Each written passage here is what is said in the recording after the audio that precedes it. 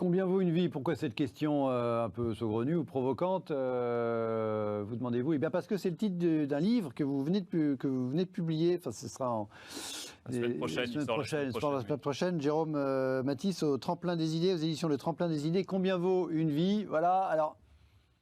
C'est un économiste qui pose la question, hein. Oui, donc effectivement, alors c'est précisément pour ne pas répondre, la vie n'a pas de prix, qui est ce que le bon sens, en tout cas présumé bon sens, répondrait à cette question. C'est une question qu'on s'est pas mal posée, notamment depuis mars 2020, avec à la fois la crise, le confinement et les énormes dépenses publiques consacrées à ce sujet et à la crise sanitaire et à ses conséquences. Vous dites, on ne peut pas se contenter de dire la vie n'a pas de prix, il faut objectiver le truc, et l'économie en est capable. Dites-nous un petit peu en deux mots le pitch et l'ambition du livre. L'ambition de ce livre, c'est de briser un tabou, celui du lien entre la vie et l'argent.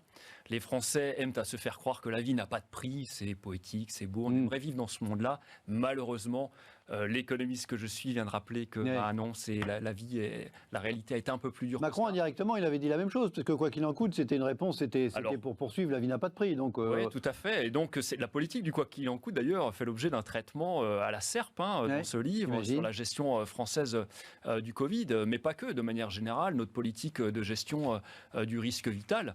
Je peux faire un lien avec typiquement Alors, la thèse que je défends dans ce livre, c'est que si on soulevait le tapis pour avoir le courage intellectuel de faire face à cette question et de véritablement essayer d'y répondre, nous pourrions sauver beaucoup plus de vies sans que cela nous coûte plus cher. En fait, en France, il y a un problème d'adéquation et surtout de transparence de gestion du risque vital. Et pour faire un lien avec le sujet précédent, on parlait des infrastructures aux États-Unis. Il faut savoir qu'aux États-Unis, à chaque fois qu'une décision publique est prise, elle est passée sous le crible d'une analyse coût-bénéfice. Et donc, les Américains, ça fait plusieurs décennies, qui mettent un prix à la vie pour prendre des décisions. Vous parliez de la modernisation des canalisations d'eau, par exemple. On sait qu'aux États-Unis, il y a du plomb, il y a du cuivre, du chlorure de vinyle dans certains endroits, ce qui est très délétère pour le citoyen. Et bien donc, les analyses coût-bénéfice qui sont menées par l'agence de l'environnement, on va dire le ministère de l'Environnement, met un prix à la vie et il donne un chiffre de 10,5 millions de dollars. C'est-à-dire que dès lors que améliorer une canalisation pourrait statistiquement sauver par exemple une vie, le gouvernement accepte les yeux fermés de dépenser 10,5 millions de dollars. On a aussi cette approche en France, bien que ça fasse l'objet d'un sujet un peu tabou, parce qu'on n'aime pas trop communiquer là-dessus, mais il se trouve, figurez-vous, que pour l'État français, la valeur du citoyen, c'est 3 fois moins, c'est 3 millions d'euros. Donc c'est dire... Est-ce que vous êtes capable, en 3 phrases, d'expliquer comment on arrive à un tel chiffre ? Alors, oui, sans lire, j'invite tout le monde à lire le livre, mais juste pour, au contraire, donner envie de lire. C'est la notion de ce que les économistes appellent la valeur de la vie statistique. Elle est corrélée avec le niveau de richesse du pays. Et la question qui est posée fondamentalement, c'est combien la société est-elle disposée à dépenser pour sauver la vie d'un inconnu.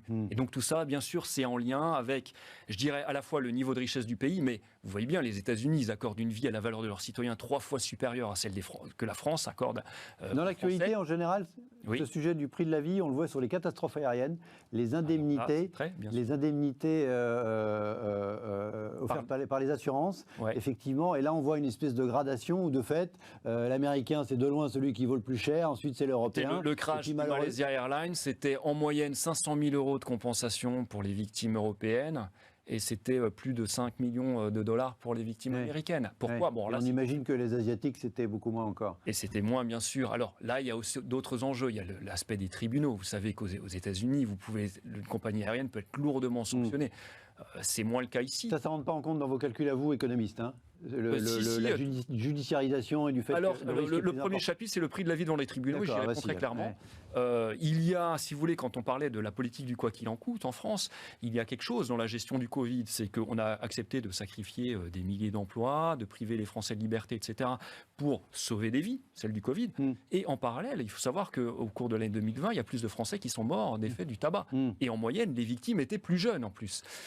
En France, on s'empêche du fait d'avoir un code napoléonien qui est sclérosé sur ces questions-là, la responsabilité des multinationales du tabac, d'assigner en justice les fabricants de cigarettes, alors qu'aux États-Unis, ils sont chaque année condamnés à verser des milliards de dollars. Ces milliards de dollars vont abreuvent notamment des campagnes de prévention anti-tabac à l'école, et le résultat est au rendez-vous.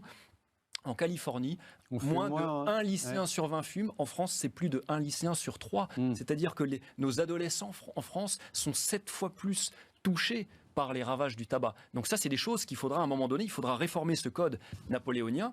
Bon, là, c'est un aspect du droit, mais qui s'attaque au portefeuille, je dirais, de multinationales qui s'enrichissent parfois sur le dos des consommateurs. On peut penser aussi au diesel, l'affaire du diesel, des moteurs truqués. Volkswagen a déjà été condamné à payer plus de 25 milliards de dollars aux États-Unis, pas 1 euro en France. Et il y a d'autres scandales comme ça, Lactalis, le lait contaminé, etc.